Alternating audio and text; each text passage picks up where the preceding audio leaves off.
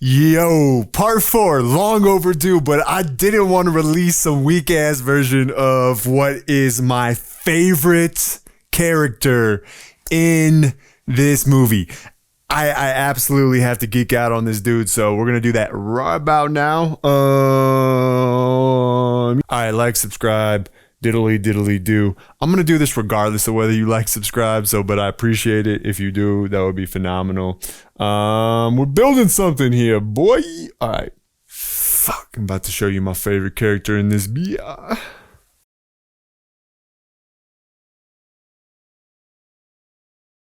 Like Dwayne Bobbick after one round with Norton.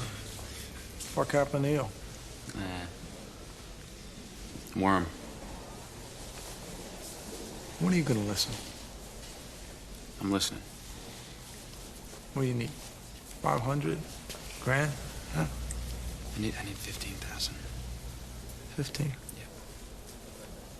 I need a blowjob from Christy Turlington.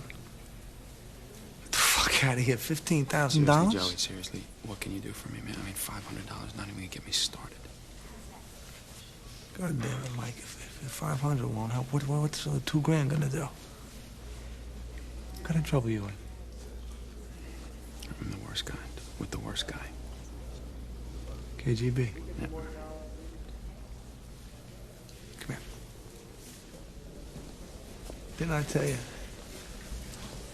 Never let that guy get a hold of you, huh? You told me a lot of things. Yeah. And you don't listen. I tell you to play within your means. You risk your whole bankroll. I tell you not to overextend yourself, to rebuild. You're going to hock for more. I was giving you a living, Mike. Showing you the playbook I put together off my own beats. That wasn't enough for you. Listen, you know, this is one time I don't need you to tell me how I fucked up. I know I fucked up. What I need from you is money. I need whatever money you can give me. See, that's the thing. This time there is no money. I give you 2 grand, what's that buy you? A day? Nah, I give it to you, I'm wasting it. That's fucking great. You did it to yourself. You had to put it all on the line for some Vegas pipe dream. Hey, I took a risk. You see all the angles. You never have the fucking stones to play one. Stones? You little punk. I'm not playing for the thrill of fucking victory here. I owe rent, alimony, child support. I play for money. My kids eat. I got stones enough not to chase cards, actions, or fucking pipe dreams of winning the World Series on the ESPN. You want me to call some people? Try and buy you some time, I will. Place to stay or the truck? No problem. But about the money, I gotta do this. My man, Ganesh. My kids eat. Dude, that to me, that's enough said right there. He's not fucking playing for the thrill of victory. This dude is not playing for the risk, the reward, the championship, the fame, the notoriety. Like, none of this like shit we see in trading about Lambos and all, like, even glorifying this idea of financial freedom. And it's like flat out, simply, I'm a grinder, my kids eat. He has taken something that is flashy and sexy and turned it into a 9-to-5, a grind, right? Something that is unappealing, not sexy, but it's steady, it's consistent. Why is he the guy that Matt Damon's character continually comes to? Why is he continually coming to Ganesh? Like, he knows, he's like, how much you need? 500, 1,000, you need the truck. Like, why is he steady? Because he's a grinder. He's made the game boring, taken the sexy and made it monotonous. And that's it, dude. That's just it. Like, I almost wanted to stop making videos, and I'm about to make a video saying why I unsubscribed from all of these other traders that I actually respect. And I'm going to make a video on that because it's like, at some point, man, you get to a spot where you're not learning anything more from anybody. You don't need it. You just need to play the game and tune up and refine and recalibrate. your edge and your execution around your edge. Because that's what it really comes down to, is edge and execution, right? And psychology is something that gets in the middle of that. And risk management is something that couples with psychology to smooth out all of that, right? If you're used to losing $1,000 a trade and you start losing $100 a trade, it's just not going to hit the same way, right? It's not going to hit the same way. That change in risk management will help your psychology, will help your execution, will allow your edge to actually play out its probabilities. So enough with that. Let's go to the next one. I gotta say no. It's fine. I understand. Hey, listen. What? I put it all on the line, that's true. So the one thing that I like, when I first watched this, I really wanted to talk about Matt Damon and this story he's about to tell. And I will because it's important. It is. But I want to harp one more time about getting 1% better every day, doing less, doing it better, doing it bigger. And what that means to me is in my top corner of my office, I have a framed picture of this artist who designed something that said small steps every day. And to me, that represents Lao Tzu's 1,000-mile journey, which begins, continues, and ends with one step. Just one step.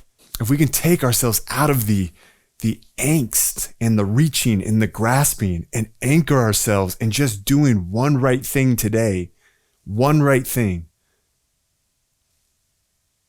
Today's the day to execute. Today's the day to follow through, and keep it as simple as that. That we don't have to focus on the destination or even where we came from. We can just be in that one step that's in the middle of the 1,000-mile journey, right?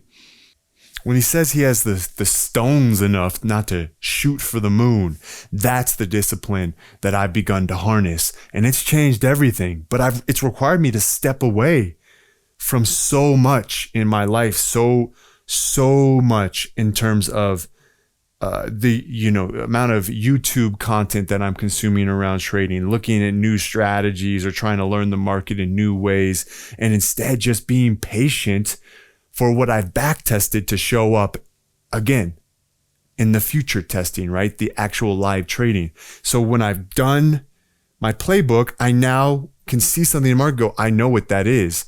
Go back and even look at my playbook just to be sure, just be like, hey man, like, what's your hit rate on this? Okay, cool. What is your risk management on this? Okay, cool. And even look at some screenshots to know that, like, hey, this plays out. Remind myself, hey, this plays out. Take the trade. Apply the risk management. Execute, and then step back. Let the market do the work. Let the market do the work. Fucking crazy, man. It's fucking crazy, man. It makes trading so much easier. So we'll drop in real quick on this last little part on what Matt Damon tells, because it's just a good scene, bro. It's just a good scene. It wasn't a bad beat. I wasn't unlucky. I got outplayed. That time. But I know I'm good enough to sit at that table. It's not a fucking pipe dream. I don't doubt your talent. I never told anybody this. About 8-9 months ago, I'm at the Taj and it's late and I see Johnny Chan walk in. It's not a pipe dream. He knows he's a consistently successful trader. He knows he's a consistently successful gambler, right? He knows he has a unwavering belief, and Mark Douglas clearly elucidates in his book and in his video teachings that we must hold a firm and consistent and unwavering belief that we are consistently successful traders, that given enough opportunity and enough capital, that over time we will be profitable, right? That is a combination of 4 elements. And if you want to hear what those are, it's my next video. So like, subscribe, and diddle the bell. But let's listen to this, man, because this is just a good scene right here. This is just a good scene right here. And And he sits 300, 600. And, you know, the whole place stops when Johnny Chan walks in. Everybody puts an eye on him. I mean, after a little while, you know, there wasn't a crap game going because all the high rollers are over there watching. I mean, some of them are sitting there playing. When they're giving away their money to this guy to say, oh, I played with a world champion. And you know what I did? What? I sat down. No, you need 50, 60 grand to play right in that game. Well, I had 6. But I had to know. What happened? Played tight for an hour. I folded mostly, and then I made a score. White aces or kings? Rags. I had nothing. But he raised, and I just decided, you know, I don't care about the money. I'm just going to outplay the guy. I'm just going to outplay this guy this hand. I'll re-raise. Re-raise? You play right back at him, huh? Oh, yeah. And he just comes right back over the top of me, trying to bully me like I'm some fucking tourist. I hesitate for like 2 seconds. I'll re-raise. And he makes a move toward his checks, and he looks at me. And then he looks at his cards, and he looks at me again. And he mucked it. I took it down. Did you have it? I'm sorry, John. I don't remember. I got up and I walked to the cashier. I sat with the best in the world. And I won. Put a fucking move on Chan, you son of a bitch. So that's why you made that run at KGB's place. That's right.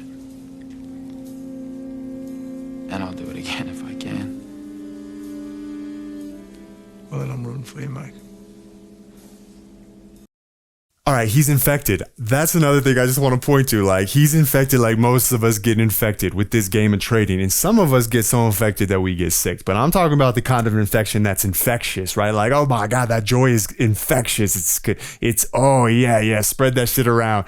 It's like when you get into the markets and you realize what is possible when you are, I don't want to say when you, because that's in the next video.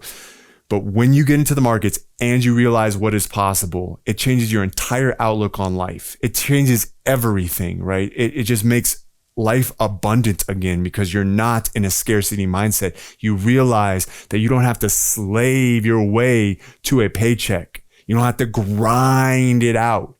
Yes, there's aspects of discipline and consistency and giving it time, like patience, right? Patience, giving it the time, the years, and the ups and the downs and remaining balanced through those, or at least rising when you fall and depressing and deflating yourself when you're too hot-headed.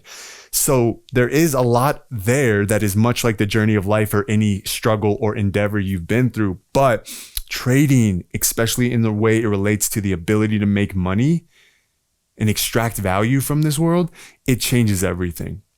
And it's fucking phenomenal. So while he's talking about this, and I do agree that you got to be unwavering in your belief as a consistently successful trader, I don't think that you need to like put yourself into situations against the big shots or the big boys. Like, we're already trading against institutional money, market makers, whales, like, banks, whatever you want to call it.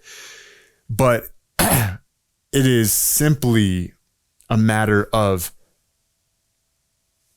having those moments only to remind yourself of what is possible, but not reaching for that every time. I mean, that is absurd, and not to expect it either, because it'll only lead to disappointment, right? My friend says expectations are predetermined resentments, and I would agree with that.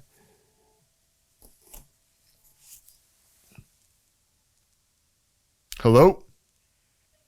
Hi, my name is Wes. I'm a nurse calling from South Denver Endoscopy.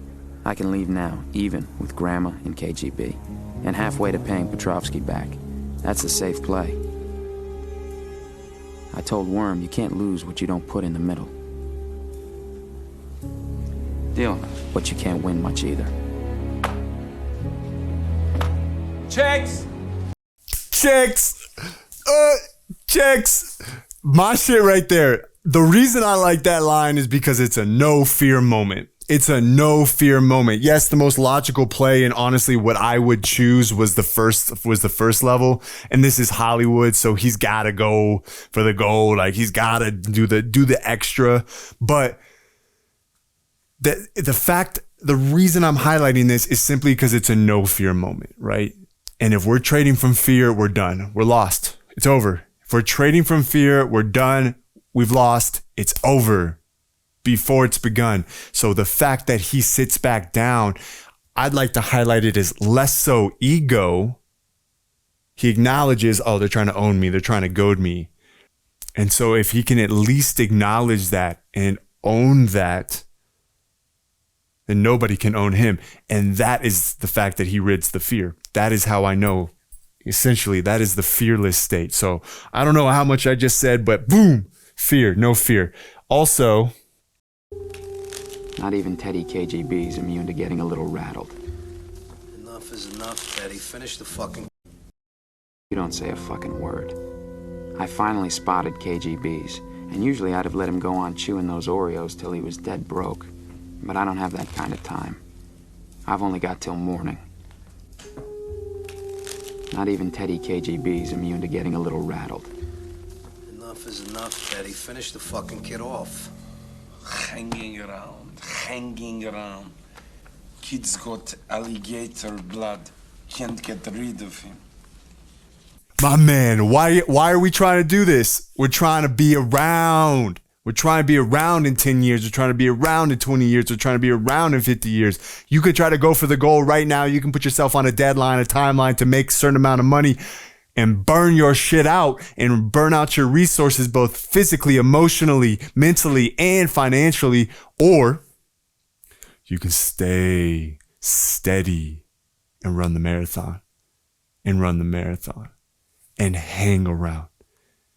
Create that alligator's blood. Alligator's blood. Oh, I want to say it. I say it like a South African man. It is alligator's blood. I say, oh, I get so fucking hyped. I love that shit. That's the fucking scene right there between Kanish and between alligator's blood, man. That is the essence. That is the essence. Can't get rid of him. You can't get rid of me. Word to all my fellow underdogs, Conscious Crypto. Check in for the next video because it's coming. It is the 4 elements of trading. The 4 elements of trading. Again, find mastery in these 4, and that's all you need to know. That's all you'll ever need to know. All you'll ever have to do to be a successful trader. A CPT. Consistently professional trader? No. CST. Consistently successful trader. CST. I'm going to use that. CST. Until I find a better acronym, my friends. Till then. Toodaloo. Chicky. Stop and save. Stop and frisk.